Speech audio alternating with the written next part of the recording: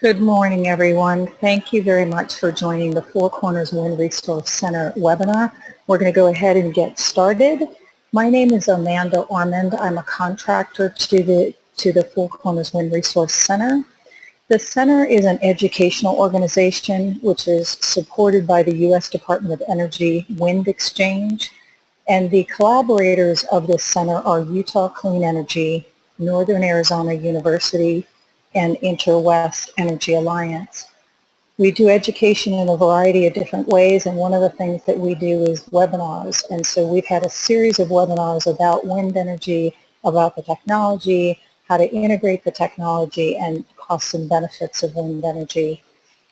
We decided to do this educational webinar to talk about what happens when a transmission segment becomes open because of the closure of some type of power plant. So we're going to talk some about what the ownership changes could happen, and also what happens with the repurposing of the asset. We chose Navajo Generating Station as the topic of today's webinar because it's a very big closure in the Four Corners region where we are, and it's an important resource. It has some important transmission. We're not going to be debating the merits of the closing of the plant. We are going to be talking about what some of the options for the futures are. So we ask that you type questions, if you're interested in typing questions for the panelists, into the question box that should be on the right-hand side of your screen. We will take questions after the first panelist if there's some good questions, and then we'll take questions after the second panelist, and then we'll take them at the end as well. So please make sure to ask questions. Everybody is going to remain muted during the entire portion of the webinar. We have about 70 plus attendees right now, so we're going to keep you in muted mode so that question box is the only way that you're going to be able to ask questions. So let's go ahead and get started. We are talking about repurposing transmission assets to support wind and solar energy. We've got two terrific panelists today. The first one we're going to hear from is Charlie Reinhold. Charlie is an independent consultant with more than 35 years of experience in the electricity industry. He has served as a consultant to WestConnect, and WestConnect is the transmission planning organization in this region. He served as a consultant to WestConnect since 2001. Charlie helps the members of WestConnect develop wholesale market enhancements, and also helps them with compliance with FERC orders that are required of transmission owners, specifically Order 890 and Order 1000, which changed the planning region for transmission. Before working for WestConnect, Charlie was the executive director of the Arizona Power Pooling Association, and he also held different positions at Salt River Project for 10 years. I'm going to go ahead and introduce our second speaker also. Her name is Jessie Audette Moniz. She's a senior director of project development for Apex, and her region covers the entire Western interconnection. Before Jessie joined Apex, she worked in Brazil doing due diligence for banks for financing of wind energy projects. She helped finance or do the approvals for financing for 2,800 megawatts of wind energy that are operating in Brazil. She also has experience in the United States and in Canada, and she has 500 megawatts of projects, solar projects that she helped develop that are now in construction. And she worked on over 500 megawatts of wind projects that actually are now in operation. Jessie's career spans about 25 years. So we're going to start first, and we're going to hear from Charlie Reinhold, who is the executive director of WestConnect. Charlie, over to you. Good morning. Thank you, Amanda. Thanks, everyone, for attending today. This is a good opportunity to discuss a pretty critical part of our transmission system within northern Arizona, and talk about some of the potentials for repurposing if some of the existing announcements that we hear do come to pass. I've got a couple of, I've got a very short presentation here, so 4 slides with content. But starting off, and if we could move to the next slide, Emma, we've got some transmission system terminology 101 that I want to work through, because we're going to be talking about capacities of transmission lines, and there are really 2 critical ways or 2 elements that we want to talk about, and they're different. They are linked somewhat, but they certainly are a little bit different. The first is kind of an overall system or path rating, which is a function of a process undertaken by the Western Electricity Coordinating Council. And the path rating process is designed to assure the reliability of the entire Western interconnection when a new transmission facility is built, or an existing facility is upgraded or changed in some way, to make sure that the entire interconnection can operate reliably with that facility in place, with the capability that is advertised by the developers. This process is fairly arduous. It's a 3-step process within WEC. It involves lots of study, lots of comment and participation by all WEC members. And you see here on the screen, I call it peer-reviewed by that bit for that process. But existing transmission owners are able to assess the impact of that new facility on their own facilities. And one of the reliability criterion is that a new line coming in cannot negatively impact existing facilities. So a path-rated line through the WEC process has a long-term capability rating that won't be diminished by future lines. It kind of sets that floor. And it also essentially states that the system can continue to operate with those lines at the path rating that WEC comes up with through this peer process, and sustain credible contingencies for generator outages or other transmission system outages without collapsing the interconnection. The Navajo transmission system elements have 2 rated paths. One of them is path 51, which is 10,100 megawatts of capacity ascribed by WEC, and the other is, I believe, path 47, which is 2,800, and that's the Navajo Southern is the lower rating. The Navajo Western transmission system is part of path 51, has the higher rating. The other element of transmission ratings deals more with real-time operation or commercial operation of facilities, and these definitions are really propounded by the North American Electric Reliability Council, which is a reliability council for the entire North American continent, including Canada and parts of Mexico, all of the United States. The Western Electricity Coordinating Council is a regional reliability organization, which also is a subset of the NERC organization. But for specific transmission paths for commercial purposes, and they would be posted as a path available for purchase on an OASIS system, which is just a website or operating system required by another federal agency, the Federal Energy Regulatory Commission, to be available and show what the available capacity is, as well as the total transfer capability. The TTC is roughly equivalent to what you would find in the path rating if that has been done for a specific path. Not all paths are rated. They're not required to be, but those that are do have that rating. And then the available transfer capability on a line is the total capacity or the capability minus committed uses. TTC and ATC are calculated for discrete and variable time periods.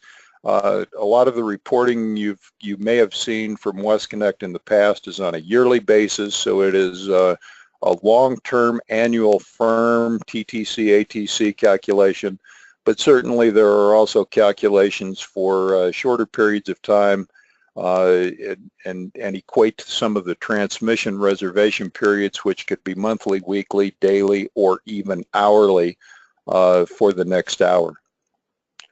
For the Navajo system, the ATC, pardon me, will be fairly small for most elements, and that reflects the fact that the transmission system was built to deliver generation from Navajo to the plant owners, and that capacity certainly is primarily reserved for those owners. So in many cases there is only a small amount, if any, available transmission capacity under existing conditions. Here you see the path 49, and I had those numbers backwards as I was making my comments just a few minutes ago, but path 49, as you can see, is the reddish or pinkish line vertically along the left-hand side of this map. It intersects the Navajo Crystal McCullough line, which is the Navajo Western Path. This path is a series of transmission lines that flow under this red line. So in addition to the Navajo Western system, there's Moenkopi El Dorado, there is West Wing to Meade or Perkins Meade, there is a Liberty Meade line dashed black, there are a Palo Verde to Colorado River or Devers line, and a couple of Palo Verde to North Gila lines. And those are the, in the aggregate, those lines have the 10,000 megawatts, 10,100 megawatts of transfer capability. Within that path rating catalog as well, though, and in the process, the Navajo to Crystal segment is allocated 2,000 megawatts of capacity, and that reflects a lot of the improvements that the participants have done with that line. It was it's a significant line. Originally, they've also added a phase shifter at Crystal, so that line continues to carry a full 2,000 megawatt rating. For the Navajo Southern transmission lines, path 51, you see in kind of this upper center of the screen another red line crossing the two green lines of the Navajo system. That path is rated at 2,800 megawatts. Originally that line only had one element with an interconnection at Moenkopi. Over the years, additional interconnections have been made at substations, as you see here, Cedar Mountain, Yavapai, Dugas, Morgan, and West Wing. It is the final termination of the Navajo lines. So these two lines comprise the delivery system for Navajo generation, 2,000 megawatts in the western system, 2,800 megawatts in the southern system. There is good redundancy built in to deliver the entire 2,250 megawatts of generation available at Navajo when it's fully operational. And the next slide gives you an indication in percentage terms of who the owners are in the system and what their percentage share of the transfer capability of those elements are. Percentages, I know way back in my Salt River project days working in participation projects, the allocations when they're expressed in percentages eliminate a lot of the arguments about what happens if capacity is expanded or decreased when discrete megawatt allocations are stated. So in this manner, you know, everyone benefits or everyone loses a little bit if capacity goes down. They all benefit a bit if capacity goes up, and they do so proportionally. So this is these are existing owners. As you can see, Los Angeles Department of Water and Power continues to be an owner of elements of the transmission system at Navajo, even though they have relinquished their generation interest in the plant. If you were to look for available transmission capacity, that ATC for all of those entities other than LADWP will be relatively small for long periods of time. If a plant is curtailed for any reason, there might be some available capacity during that curtailment. But LADWP has been showing over the past couple of years quite a bit more available capacity on their elements.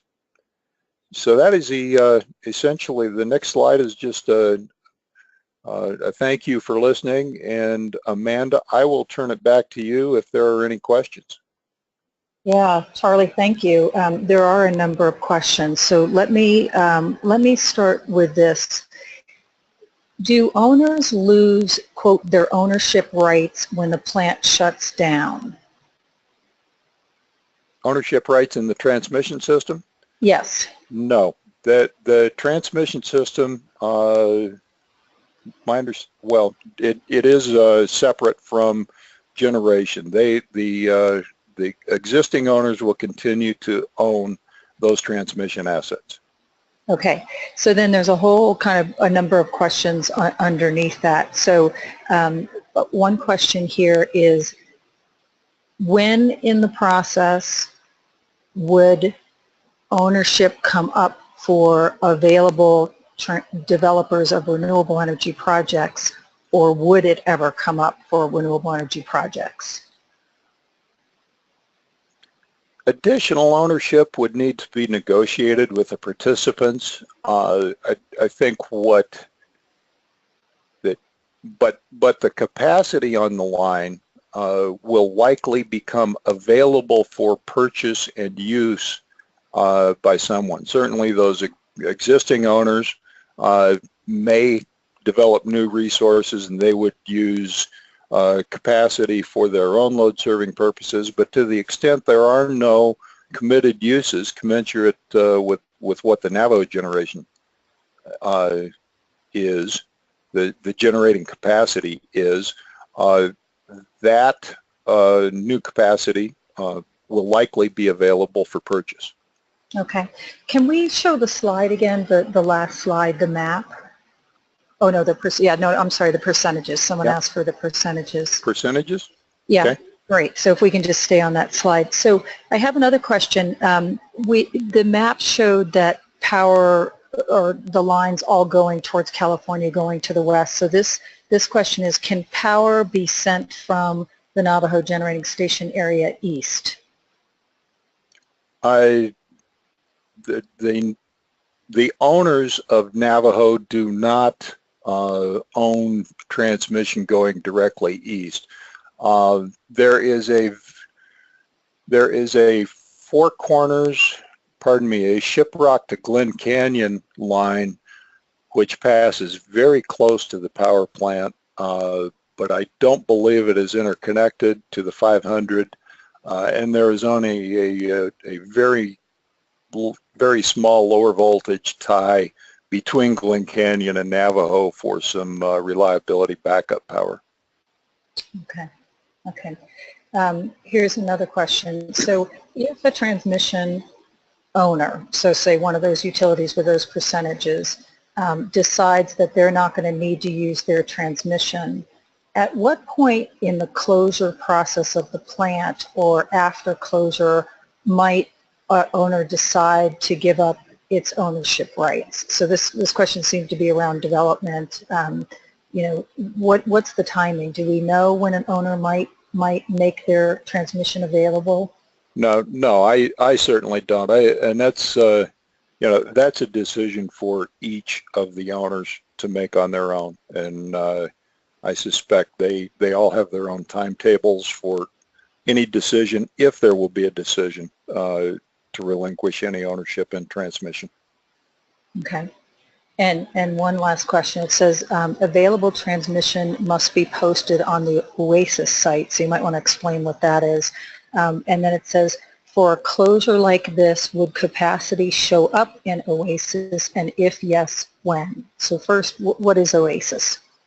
OASIS is Open Access Same Time Information System, and it's a computerized posting required by the Federal Energy Regulatory Commission under, I believe, Order 2000, which was requiring open transmission access and for all users of the system to have the information available at the same time.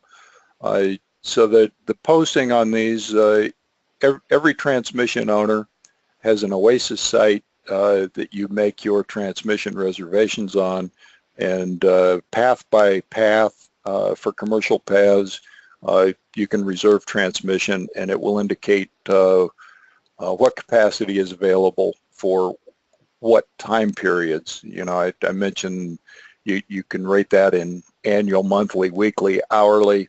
Those will likely be different amounts if you are looking for one or the other of those time periods. Okay.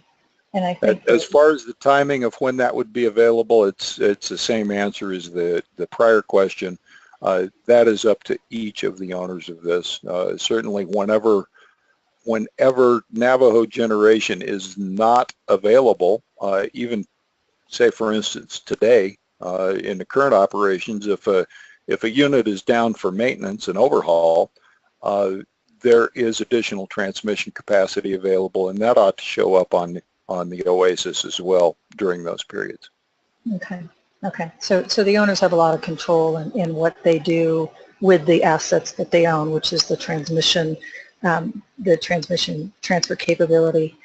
Here's one more. How does FERC Order 1000 affect transmission rights after the plant shuts down? I don't think Order 1000 affects those transmission rights at all. Order 1000 requires transmission owners to plan future transmission with a view towards regional implications.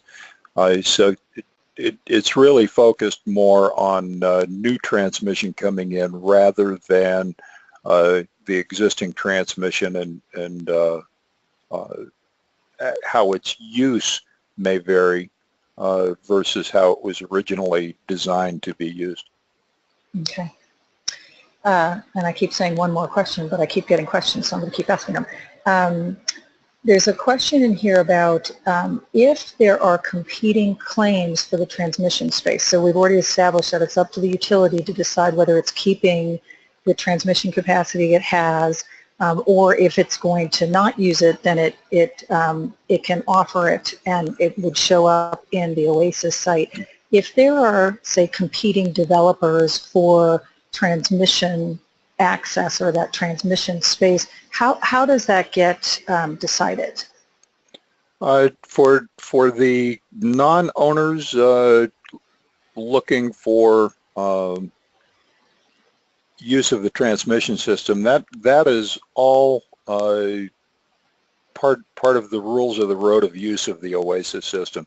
Essentially, it's a first in with a confirmed reservation on transmission capacity gets the transmission capacity. So those requests are all logged as soon as they are committed to and approved and tagged. Then that entity that has that tagged transaction is essentially guaranteed that if it is a firm transmission path or a firm transmission reservation. Okay. Okay. Sounds good. Okay. So we're going to transfer now over to Jesse. So if we can get PowerPoint up. So as I mentioned, Jessie is a Senior Director of Project Development for APEX, and she works in the Western Interconnection. So we're going to let her talk about some renewable energy development possibilities. Jessie. So hi, Amanda. Thank you very much for the introduction, and very much appreciate the opportunity to participate in this webinar. And I also want to say that I can see many of our colleagues in the industry participating in the call today. So hello to everyone who's out there. Apex is a clean energy company.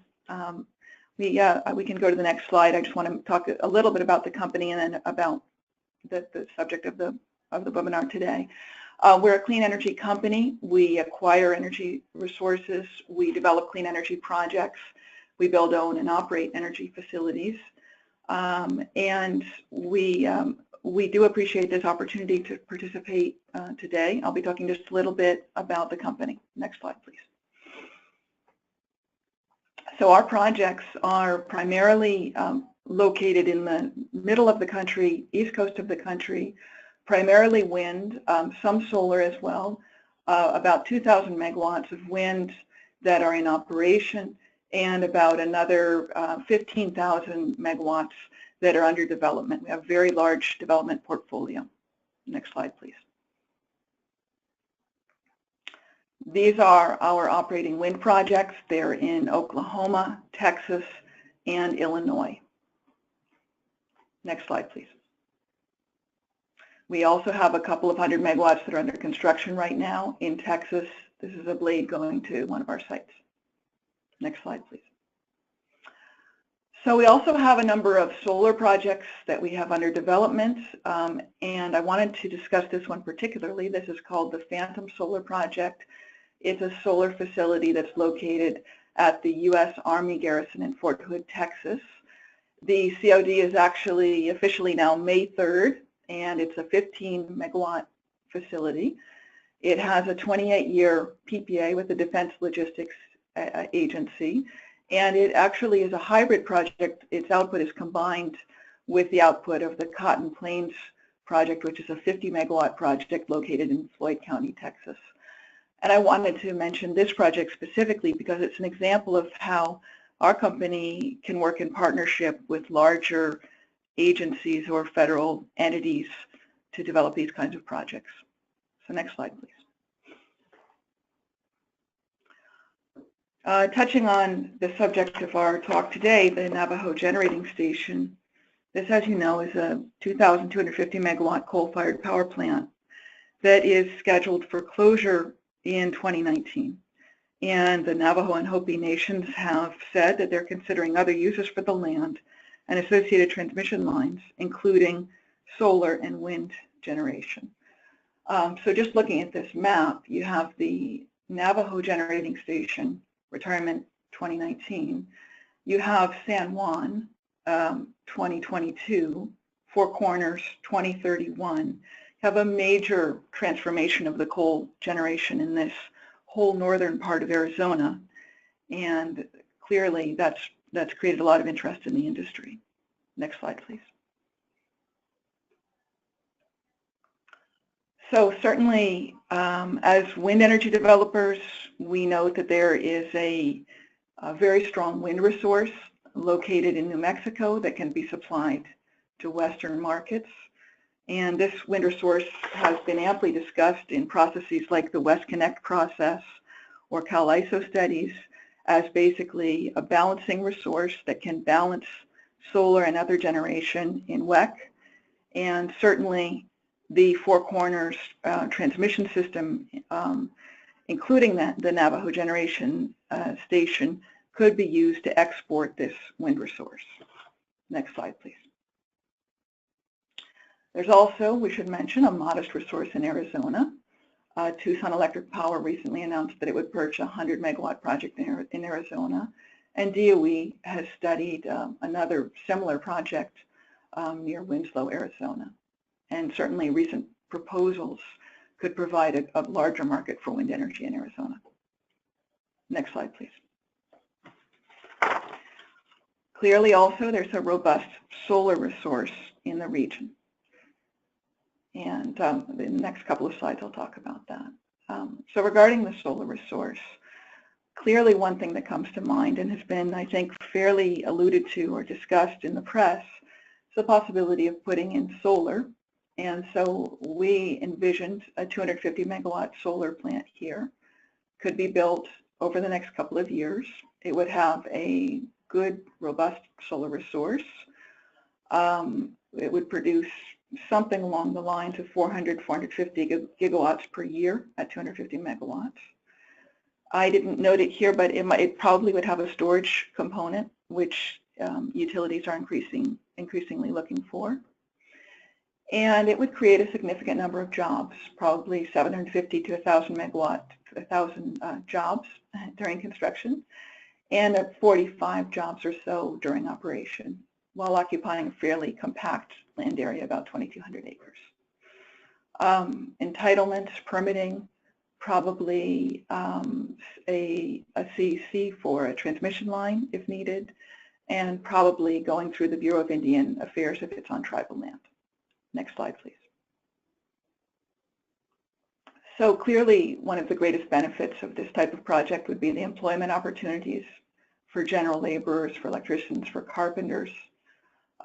If you've been reading in the press, it's been announced recently that solar is creating the greatest number of jobs compared to coal or other resources outside natural gas. Solar is a very big employer, and plants like this do create a lot of employment. It also would create revenue from lease payments, community benefits, and certainly a low resource impact in a region that's been very, very severely environmentally impacted by coal generation. So no water use, no air emissions, no waste production. Next slide, please. Finally, there's a very recent example of this type of project done very successfully by the Moapa Band of Paiutes, 250 megawatt solar project commissioned last month in near Las Vegas in Nevada. And this was also occasioned by the closing of another coal plant, the Reed Gardner coal plant. It was the first utility scale solar plant built on tribal land, but certainly not the last. So we thought this was an excellent example, and certainly we'd like to see it replicated. Next slide. So thanks very much. Please feel free to ask questions.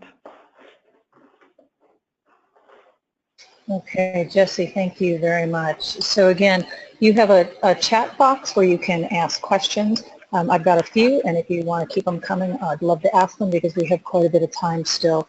So Jesse, first question is back on the chart that you had, you said built by 2019. The question is, can you tell us how long does it take to build the type of solar project that you have listed on this chart? Sure. So we've estimated about a 20-month construction period here, which would mean very, very short permitting. And that really depends. I think that other projects, depending on where they're located, can take considerably longer to permit. So this is really counting on a very short permitting period. Okay. And does that include any kind of site prep work and getting permits and all that? That's the entire development time? So yes, it does. The construction period certainly includes the site work, and it's just a question of how long the permitting itself will actually take, depending on what agencies you have to go through. It might be towards the end of 2019, for example, or going into 2020 if you have to have much more scoping time with agencies. Okay. Okay. I have a whole bunch of questions here, so I'm going to try to get to most of them. Can you please comment on what you meant by storage component for this particular project? Certainly. Yeah. So, for example, we saw Salt River Project announced today a PPA for a 20 megawatt solar project with 10 megawatts of lithium ion storage.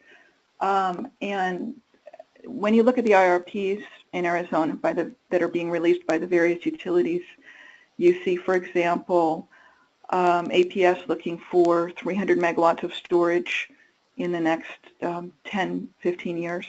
You see storage really becoming very prominent as a resource that's being added on together with solar. And so I think it would certainly be worthwhile considering it here. Okay. Another question, can you comment on the range of typical land lease payments or other royalties that a project like your 250 megawatt solar project might generate? Yeah, remember that the land area itself is fairly compact. And so I think it's sort of safe to say that wind royalties to some extent shaped people's vision about solar royalties in the sense that you use much less land, but you want to bring in a fairly similar type of income. And so consequently, you would see, I think, something like probably $400 to $600 per acre per year once the project is in operation. Okay.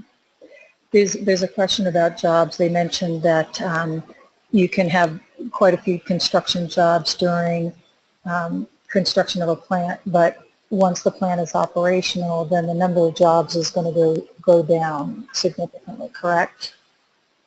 Correct. It's just a function of this type of technology. Okay. Can we go back to the slide that reviews the dates of closures of coal plants? Okay. And there's a couple different questions here around there's 2,250 megawatts of capacity on the transmission system, or that's what's being removed. Why is Apex only proposing a 250 megawatt plant at this site, or is that what you are proposing? A very good question. A very good question, obviously. It's mostly just a function of exactly the earlier question, construction time and financing resources.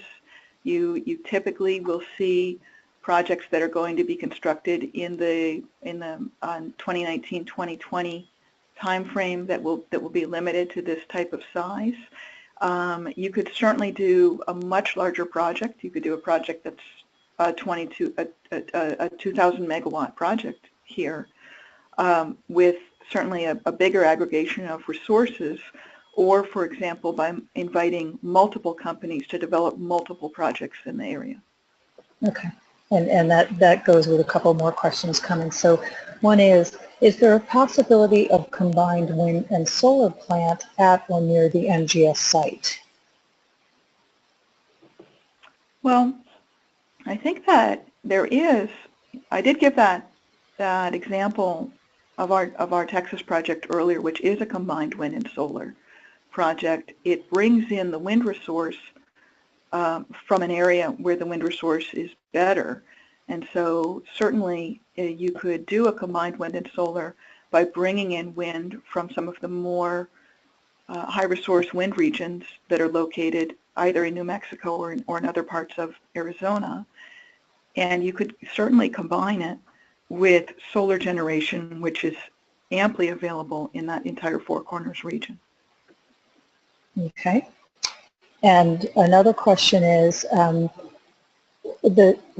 power plant could be, or a solar wind plant could be connected at the Four Corners, at the Navajo Generating Station location, but are there other areas of interest to renewable energy developers given the coal plant closures that you mentioned? Yes, I think there is a fair amount of interest around the San Juan Four Corners region, particularly, and there's been a lot of discussion about that. Okay. I'm getting great questions on the web, so I appreciate that if you want to keep them coming. So here's a question for either Charlie or Jesse. How does APS joining the California Independent System Operator Energy Imbalance Market impact the available transmission capacity from Navajo and Four Corners heading westward? An easy question.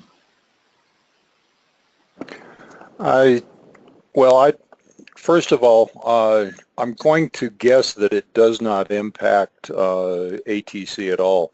The energy imbalance market is a very, very close term commitment within an operating hour. It's a 10 to 15 minute ahead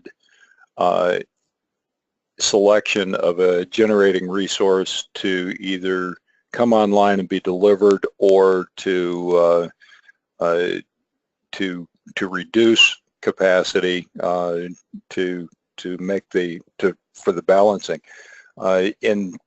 In that instance, it is relying on capacity that is available within the operating hour, which is after any commitments would have been made even for an hourly schedule. So it's designed to function on excess capacity within the normal operations of the system, taking into account all of the reservations that have already been made prior to that operating hour start.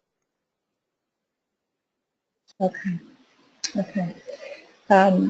There's a question here that I don't know if either of you can answer, but I'm going to ask it anyways, which is, do we know if there's any interest from the current owners of NGS in a conversation to solar, so in a conversion to solar? So is there interest by the current owners in developing solar projects, or owning or buying? Do we know? I certainly don't know, Amanda. Jesse? And it may not be across I don't know the board. either, Amanda. Yeah. Okay. Sorry to cut you off, Charlie. Okay, so here's a question. Would the proposed 250 megawatt solar project, or I'll say any solar project, at Navajo be competitive with other solar projects, and why?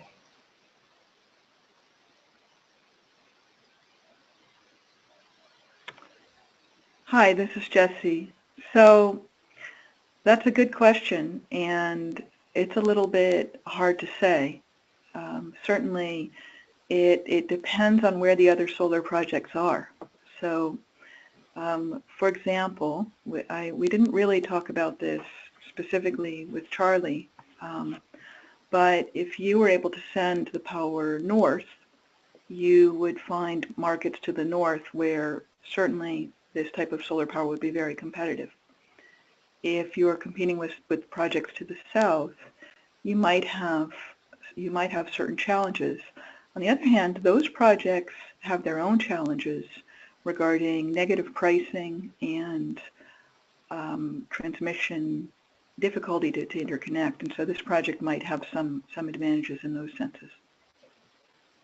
Okay. Yeah, I have a question. Amanda, I can add to that. I think the advantage might be that the existing transmission system, and depending on where another solar resource is located, they may have to pay for a more expensive alternative for transmission. So that's part of the mix that I think any developer would need to look at in where they place a resource. Yeah, yeah. And isn't it true that if I'm an owner and I buy the power for, say, a solar or a wind plant, if I already have that transmission capacity, then I've already paid for that. So doesn't that give me, wouldn't that be a lower cost project versus buying a solar project from somebody who has to purchase transmission rights? It certainly seems to me like it would be. Okay, okay. So there's just a general question here. What is the cost of a solar plant project? So I think you could use the metric once you're talking about all of the costs, development costs, construction costs, and so on. Probably 1,200 to 1,300 per kW. Okay. And can you translate that into a megawatt hour cost, or is that too hard to do because there's too many variables? Yeah, I think we're starting to see it. I wouldn't quite put it that way, but I would say we're starting to see solar projects in the market in Arizona and Nevada that are starting to go below $30 per megawatt hour. And so that's less expensive than new natural gas? Yes, considerably less expensive. Okay. So changing gears a little bit here, what steps can Navajo and Hopi take right now to make a project site more attractive to developers?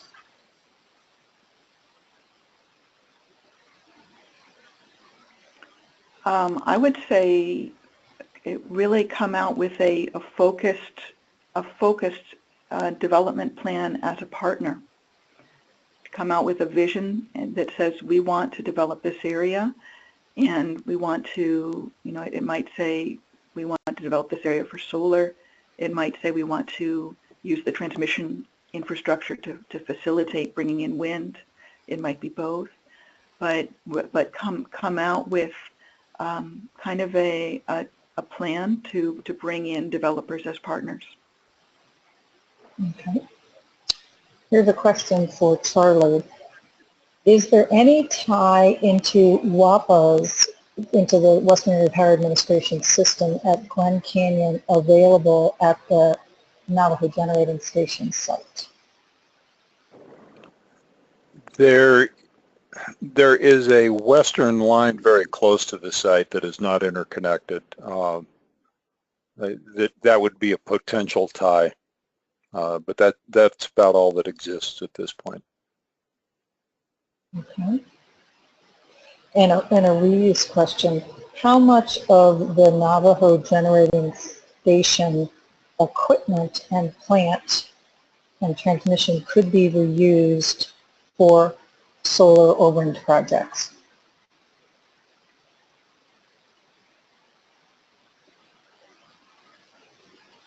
I think really only the substation. But the transmission's there, so that would remain. Right. Right. Okay. Yeah. I don't know that the plant itself could really be repurposed. Well, okay, good. Charlie, anything on that? Yeah, I would say that the plant site itself is a fairly large area.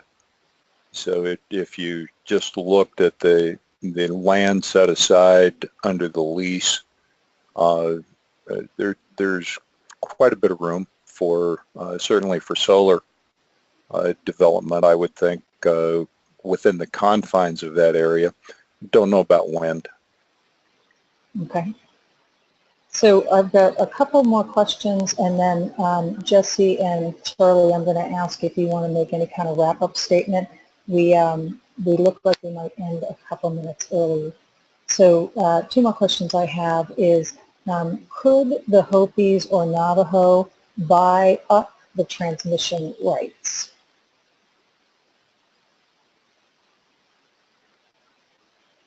The answer is yes, but that would be a matter of negotiation with existing owners. Okay. Would they have to go through the same type of OASIS system, and they would go through the same process that any developer would go through, or could it be different? No, it would be the same. If they're looking to purchase capacity on the existing system, it would be just like any other user of that system. Okay. Okay. Are there any reason to think about a solar thermal plant there to repurpose the Navajo Generating Station? So is there any consideration for solar thermal in that location? I have worked in solar thermal before, and I think until there's really a mandate for, well, I was going to say until there's a mandate for on-site solar storage at scale, it would be difficult to, as well as the resource there, which is not the strongest DNI for a solar thermal plant, it's a little hard to say that it would be. That said, storage is, as I said, a big part of some of the IRPs that we're seeing coming out, and so yeah, it's something we could think about. Okay, so that's all the questions that I have on the chat. So Charlie, do you want to give any kind of wrap up about, okay, so we've got this big plant closing and we've got this transmission, you know, potentially available. Do you want to give any closing comments? I can't offer much, Amanda. It's certainly I appreciate having the opportunity to talk with these folks, and I would, if there are follow-on questions that come in, I'd be happy to try to address those as well. But certainly it is a proven transmission system, been in operation for 40 years or more, transmitting a tremendous amount of electricity very reliably in that part of Arizona. Mm-hmm. So it certainly seems that if uses can be made of it, it can continue to be that kind of a viable resource. And it sounds like to me that we're just a little too early to know what the owners are going to do with transmission, because I think most people realize that the definitive date of the closure of the plant, we don't know that yet. And so I guess it's a stay tuned on the transmission picture, because the owners have the transmission first and they can decide to keep it or give it up to the market. Is that right? That's exactly right. It is their resource. Okay, great. Thank you, Charlie. Jesse, do you want to close with anything?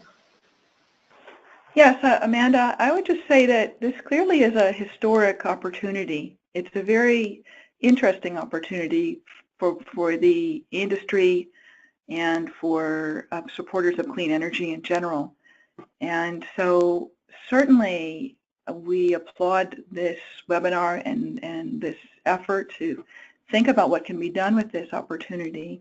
And I think something that could be interesting in the near future would be to have perhaps a broader discussion that would include more of the parties to this opportunity, both the tribe participants and the current transmission owners, for a broader discussion, because I think there could be a lot of interesting opportunities that would come out of that. Okay, and I do see that I missed one question that somebody pinged me on again that said, is Apex in conversation with the tribe? Well, as a matter of fact, one of our transmission engineers used to work for the Navajo Tribal Energy Authority, and so we have been in the past, and I think we will be again soon. We certainly are looking forward to it. Thank you.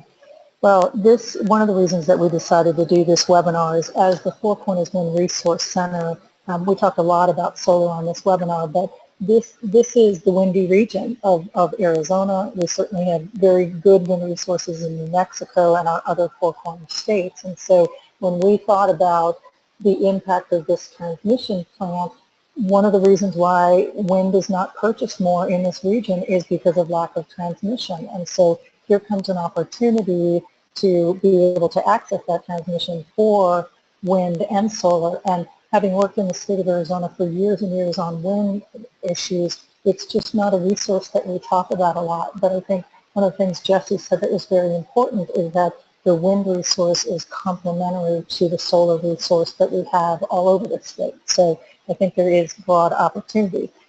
If we see an opportunity for doing a follow-on webinar that we think would provide good information, we certainly will do that. I appreciate everybody's attendance today. This webinar was recorded.